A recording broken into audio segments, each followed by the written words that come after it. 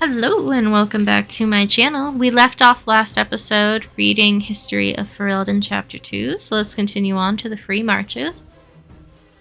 The Free Marches are not a kingdom, nor even a nation. In the most basic sense, people from the religion dislike even being lumped together as marchers. Rather, they are a collision of independent city-states united only when it suits them. In this respect, they resemble the Baron.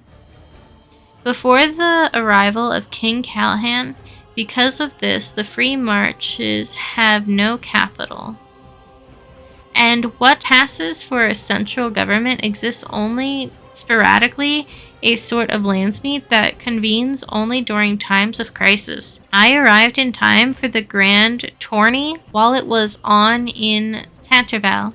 A remarkable sight indeed. I saw Arvar hillsmen test their mettle against Orlesian chevaliers, riders from the Anderfels buying Neverin cavalry horses, and Tevan craftsmen selling their wares to the Tevinter mages. All of Thedos was on display. From In Pursuit of Knowledge, The Travels of a Chantry Scholar, Brother Javinji. The Frostback Mountains. Even mountains had a heart once. When the world was young, Korth, the mountain father, kept his throne at the peak of Belenos, the mountain that lies at the center of the world, from which he could see all corners of earth and sky. And he saw strong men become weak, brave men grow cowardly, and wise men turn foolish for love. Korth devised a plan that he might never be betrayed by his own heart, by taking it out and hiding it where no soul would ever dare to search for it. He sealed it inside a golden cast, burying it in the earth, and raised around it the fiercest mountains the world had ever seen, the Frostbacks, to guard it. But without his heart, the mountain father grew cruel. His chest was filled with bitter mountain winds that shrieked and howled like lost souls. Food lost its flavor, music had no sweetness, and he lost all joy in deeds of valor. He sent avalanches and earthquakes to torment the tribes of men. Gods and men rose against him, calling him a tyrant, but with no heart. Korth could not be slain. Soon there were no heroes left either among men or gods who dared to challenge Korth. The Lady of the Skies sent the best of her children, the swiftest, the cleverest, and strongest flyers, to soar the mountains for the missing heart. And for a year and a day they searched. Sparrow and raven, vulture and eagle, swift and albatross returned to her with nothing. Then the ptarmigan spoke up and offered to find the god chief's heart.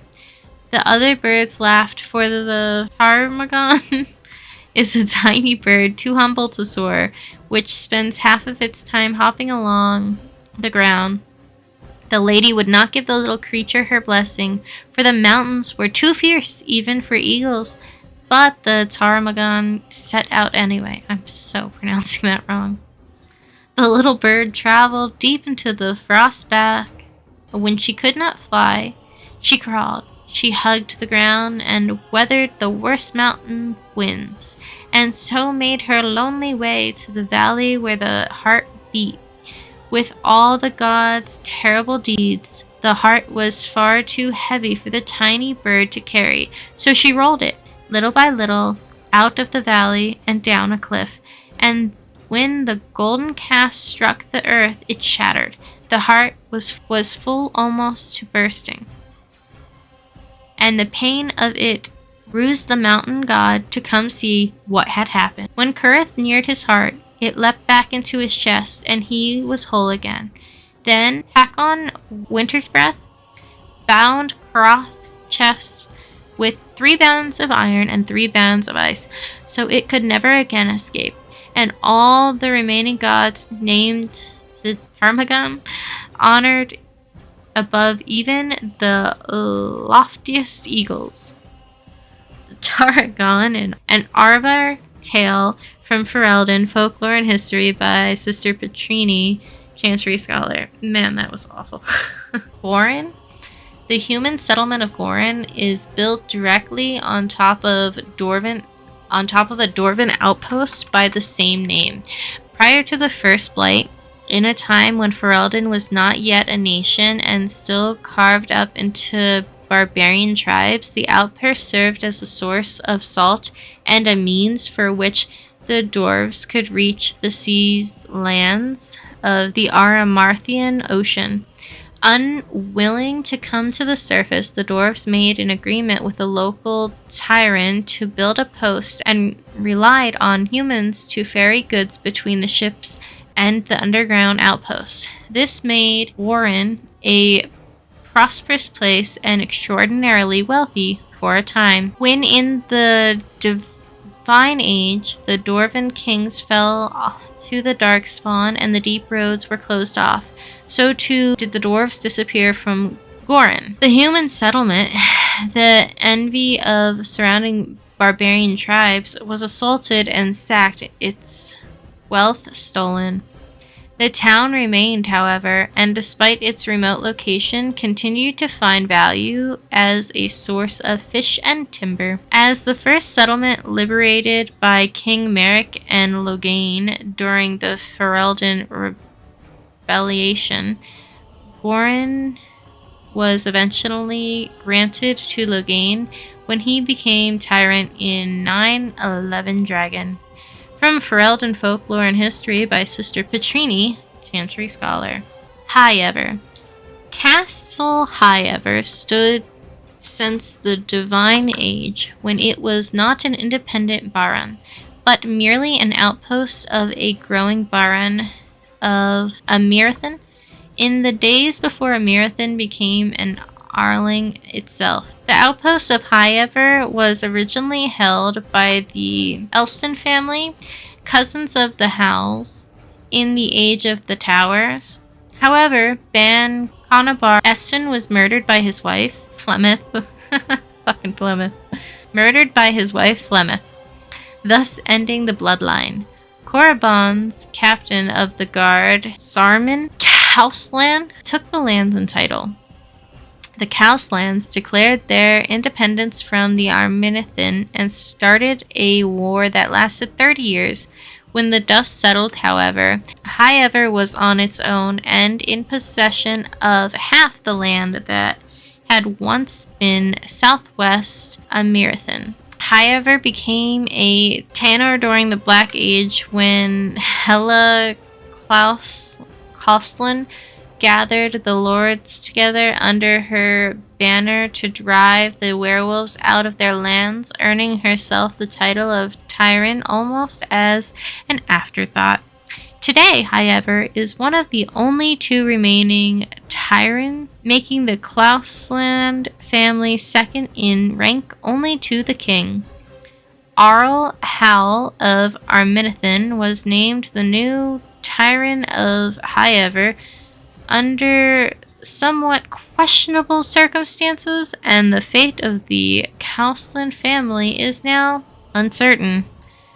From Ferelden Folklore and History by Sister Petrine, Chantry Scholar. King Merrick Thurin.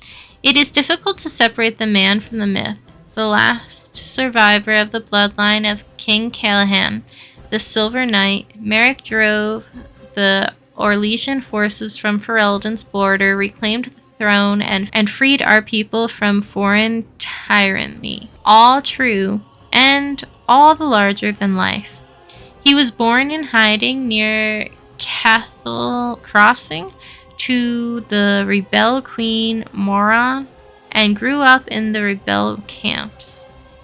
An outlaw in his own country, when the rebel queen died, Marek inherited her homeless nobles, malcontents, and displaced freeholders, and with the aid of his friend Loghain, Mactyr built them into an army. After the pivotal Battle of Riverdance, Merrick took the throne. He married Rorwyn, daughter of Arundel Bruin, Earl of Redcliffe, and began the long, slow process of rebuilding everything Orleans had demolished during 70 years of occupation. From Ferelden, Folklore and History by Sister Petrini, Chantry Scholar. The noble families of Ferelden. The occupation left empty castles in its wake. Whole families were butchered in the initial invasion, and all those who couldn't or wouldn't bend knee to the empire's puppet king were declared traitors and hunted. Many bloodlines ended on Chevalier's blades at dusty crossroads, in forest clearings, or in freeholds, and then there were the turncoats. To curry favor with the new master, some nobles took up arms against their brothers. They betrayed and murdered the rebel queen, an act that created even more vacant titles and lands once King Merrick executed justice. That Ferelden did not fall apart after the Orlesian left is a testament to the strength of King Merrick.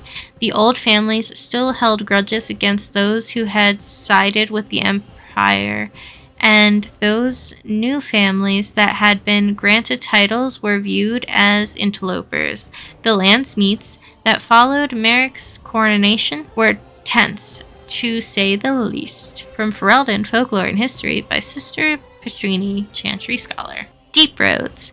There isn't a dwarf alive who remembers the deep roads as they once were. They were the network of tunnels that joined the Thays together. To be honest, it isn't even right to give them such a simple term as tunnels. They are works of art with centuries of planning demonstrated in the geometry of the walls, with the statues of the paragons that watch over travelers, with the flow of the lava that keeps the deep roads lit and warm.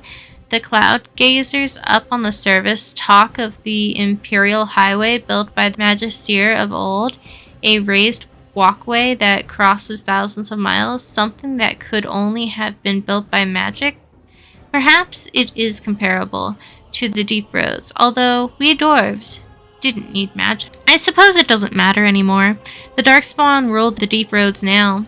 When Ozamar sealed off the entrance to the deep roads, abandoning everything that lays out there, we handed over the kingdom that was to those black bastards forever. To think that there are genlocks crawling over Bonamar now, tearing down our statues and defiling our greatest works.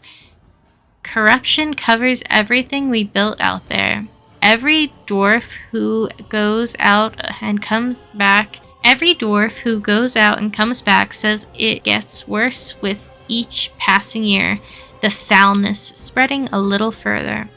And the cloud gazers think the Darkspawn are gone just because they aren't spilling out onto the surface? Huh. One day, when Ozamar is gone for good, they'll find out differently. Those Darkspawn won't have anywhere else to go but up, and they'll do it. The surface folks will have themselves a blight that will never end. Transcription of a conversation with a member of the Dwarven mining caste, 890 blessed. Legion of the Dead. Yes, Stone's greetings, friend. You will fight castlessly in the Legion of the Dead. Motto of the Legion of the Dead. Shocking. The Legion accepts all. So, I was told by one of the Legionnaires himself, a dwarf who waited quietly at the entrance of the deep roads for the rest of his unit to assemble. They gathered slowly, each equipped with heavy armor and fine weapons, each painted with grim tattoos applied to their funerals the night prior. For that is the nature of the Legion. They are all dead. Any dwarf may join the Legion, so as long as he is willing to give up everything he has.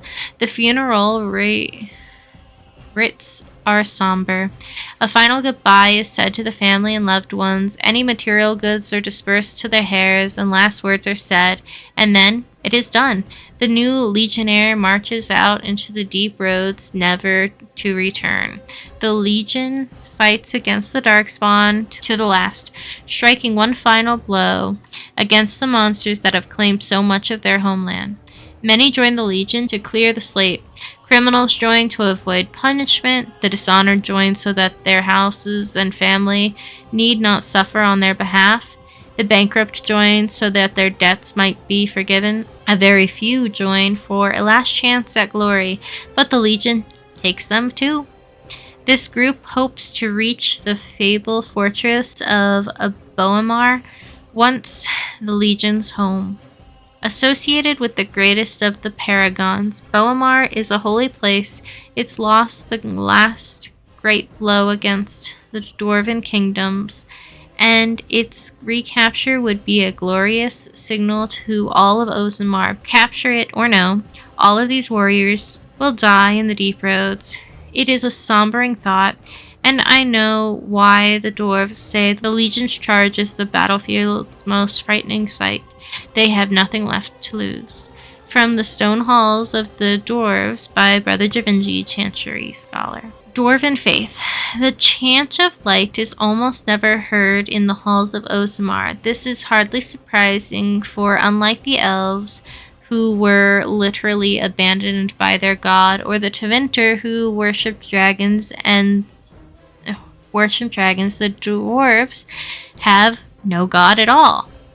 Even the concept of worshipping is foreign in Ozamar. Instead, the dwarves seem to venerate the stone, a name they give to the earth itself. This seems practical for people living underground, if perhaps a bit unimaginative. For guidance in the spiritual matters, they turn to their ancestors. These ancestors, who are said to have returned to the stone, communicate their wishes to the living via brutal trials by combat, called provings. The ancestors' collective wisdom is maintained by Sharprate, which can apparently store records in Lyrium itself. Set above the ancestors, above even kings, are the Paragon Dwarves, who have achieved such greatness that they are elevated amongst almost to godhood. Those are the greatest figures holding up the hallway that leads from the surface, the first glimpse of Ozamar that outsiders see. From In Pursuit of Knowledge, the travel of a Javinci scholar, Brother Javinci. Salate Negate. 913 Dragon. The Blythe is building, though it is years from being named by the surface. But the memories know the signs. The Legion has lost Bonamar, though in truth it was lost to the living long ago. The spawn are moving freely, and the numbers, even the memories, haven't seen. They will surge, release. We will fortify and follow. That is the way, and will always be so, until we fall and the surface wonders what has changed. From chapter 49 of Salate Negate, The Stone Unheld, a commentary on the Roll of Years by Sharper Erdrin. 7-0 Storm. The wars continue in the depths of the border. Things are lost. Ozamar fortifies and holds, but the lost ground is not regained, and remains dead space. Where darkspawn multiply, it was a surge, but the surface was not breached. There was no great archdemon behind them. No Blythe was declared. No rallying cry was given. The wardens slumber. After centuries of constant skirmishes, a trend became clear. The first line of defense, unknowledgeable for centuries, weakened. From chapter 40 of Salate Negate, The Stone of Unheld, a commentary on the Roll of Years by Sharper Erdin. 310 Towers. They name it a Blythe, the third by their reckoning. It was just the fight to our ancestors, continued even through its shifts setting. The horde that pressed their border surge and release, spilling across the surface. They fortify and follow. It was not their way to let the enemy rest. 325 towers. The surface kingdom declared victory. The horde is crushed. The push halted, and the celebration began as humans thanked the skies for their maker. Beneath the gaze and their feet, the darkspawn retreated to the steps of our things. New front lines are drawn across old. They settle in to breed. The memories say, as happened twice before, and likely in the darkness before that. From chapter 14 and 17 of Salatena Negate, The Stone Unheld, a commentary on the roll of the years by Sharper Erdern. I'm going to leave this episode off here. I hope you guys are enjoying me struggling to read these. I'll see you then. Bye-bye.